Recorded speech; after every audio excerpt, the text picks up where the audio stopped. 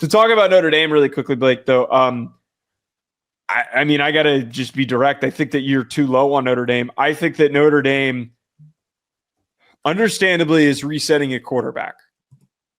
They are either going to start. There's three options. I think it's one of the few quarterback rooms for a ranked team in the preseason that they can go in three different directions. It's either going to be Kenny Minchie, who is super underrated.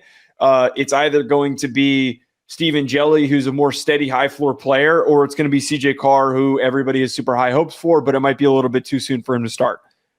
But the fact that they had so many freshman contributions this year, Leonard Moore and Christian Gray, and Don Schuler's a young guy who played great, Kingston Viamo-Asa, and Bryce Young, who started to contribute more and more, who's a premier 5-star edge rusher, the type of guy that Notre Dame has needed to step up. Their offensive line, when it's back and healthy, is going to still be one of the best ones in college football, bringing back Jagasaw and Anthony Knapp and Emil Wagner. The quarterback question is a totally fair one, but I think that for the fact that Notre Dame was the youngest team and still made it to a national championship game is important to recognize that they deserve to at least be in the top 5. Well, your schedule clearly is going to help you, and I'm not, like I've said, it's a little harder next year. I mean, you got Miami and A&M. Yeah, I'm with you. They have Arkansas. I'm going to continue to throw this your way, man. I mean, put them wherever you want right now. Do you have a DC? Possibly could be Jim Leonard or Mickens. Okay. Well, then that might change my opinion. But right now, you don't have a signal caller defensively. I don't want to say this to make it sound like Riley Leonard was poo-poo, because he was not poo-poo at all. Joe, what are you doing in the passing game?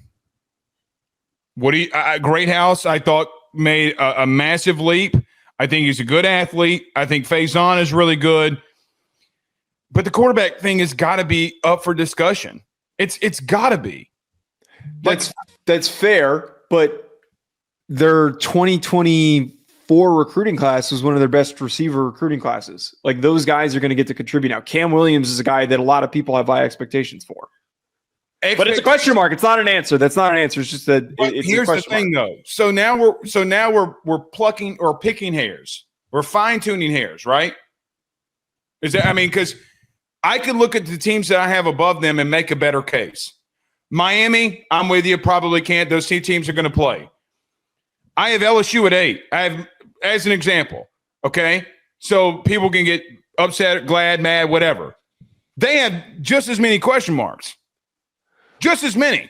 But the difference for Notre Dame, and the reason why I'm making this case for them, they had young guys play at a really high level. Joe, another year to develop is an important thing for the team. I'm just going to call it like I see it. Experience is important for good rosters. You don't have it at the biggest position, the most critical position in all of sports. Joe, quite frankly, when you needed to line up and throw the football to win a national title, you had some success, okay? But throughout the season, you didn't. You were in the hundreds in passing yards. Hundreds. By the way, in most of these games, okay, even being there, you had more games than others. Like Riley Leonard had 4 or 5 more games than some other parts of these quarterbacks in passing games. I'm with you. It's not your style. It's not what you want to do. But to get over that hump that Notre Dame wants to get to, yes, you do. Joe, I'm going to continue to bring this up to you. Look at the quarterbacks that are winning national titles. Look at them. What do they all have in common? They're all older multi-year starters. I'm not making the case that I think Notre Dame wins a national title this next year. So I have them in the playoff? So what if we're fine lining things, okay, to put them over somebody that's not? You could make the argument for Ohio State, and I couldn't say anything. You can make the argument for Texas. I couldn't say anything. But, Joe, when it comes down, when I looked at this, let's look at 6, 7, 8, 9, 10. It's quarterback things with me. What are the things on the left that I have a lot of faith in? Even with Georgia, it's massively due to the structure of how they're run. Now, Clemson, I thought you were going to tag me on Clemson, but that's a whole different topic. I think it's a quarterback thing for me, man. I really do. I don't know that I can – Joe, We're literally having a discussion about Notre Dame. We have no idea who their starting quarterback is, and we're putting him in the top 5. So I think that the kind of the way that we wrap up this discussion, the difference, here's the very noticeable difference between the teams that made your top 5 and the teams that made my top 5. You're banking on quarterback play, which is important. I think that quarterback play is certainly important, but this past year we had one of the worst quarterback performing years that we've had in a while. I don't think you're going to have that again. I don't think we're going to have that again, but I'm banking more, and as I said this at the beginning of the segment, I'm banking the most on teams that have elite players at their various position groups coming back. I think that applies for Notre Dame. I think that applies for Texas. I think it applies for Oregon. It applies for Ohio State. It applies for Penn State, obviously. I think all the teams on the right are good teams. Good, they're quality teams, but they have, roster holes that needed to be addressed during the transfer portal.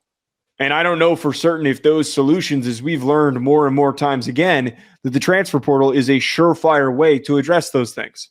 The biggest indicator for success for me, Blake, is always going to be the teams that home grow their rosters, that go through high school recruiting and develop that way. But I mean, it's just a philosophical difference. That's you and I that is where our difference of opinion is. And I'm sure that we're going to continue to expound upon this during the offseason. I look, again, I've said I'm going to continue to say this, but put them where you want. I still think it's way too early. We don't know enough.